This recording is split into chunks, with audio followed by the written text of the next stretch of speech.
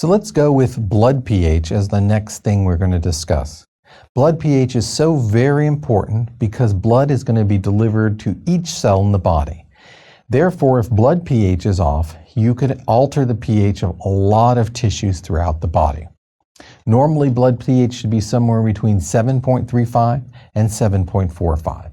So let's go through some examples of what changes happen with alterations in blood pH.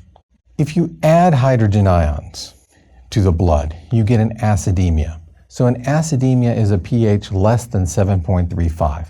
So if we want to look at this in terms of how much acid is added, let's just give an example of more of our acidic gnomes. What that is going to do is tilt the pH down to a lower level.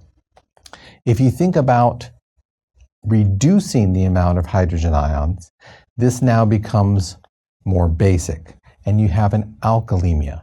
So this is a pH above 7.45. If you think about this in terms of our teeter-totter example, it means that you have more basic components than you have acidic components, which tilts the scale over this direction. Therefore, really we have two different conditions we need to focus on. We have acidemia and alkalemia. The emia, the IE portion, the MIA portion of the alkalemia, that is saying where it is problematic, such as the blood.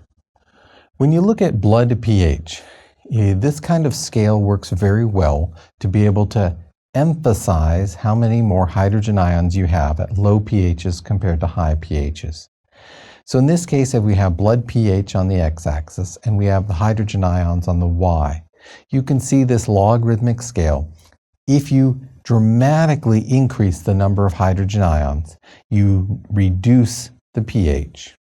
As you have a decrease in the amount of hydrogen ions, then you have an increase in pH. You want to think about, where do the hydrogen ions come from? This is going to be a very important component when trying to diagnose someone's acidemia or alkalemia.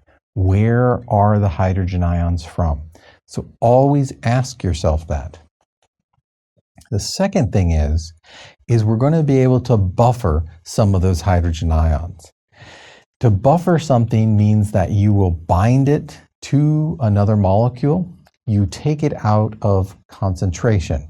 It doesn't mean that the hydrogen ion has gone away. It just means that you have bound it up. In that case, you want to think about, where are the buffers? And finally, if there are any bases that were added to the system, you have to think of, where are they coming from?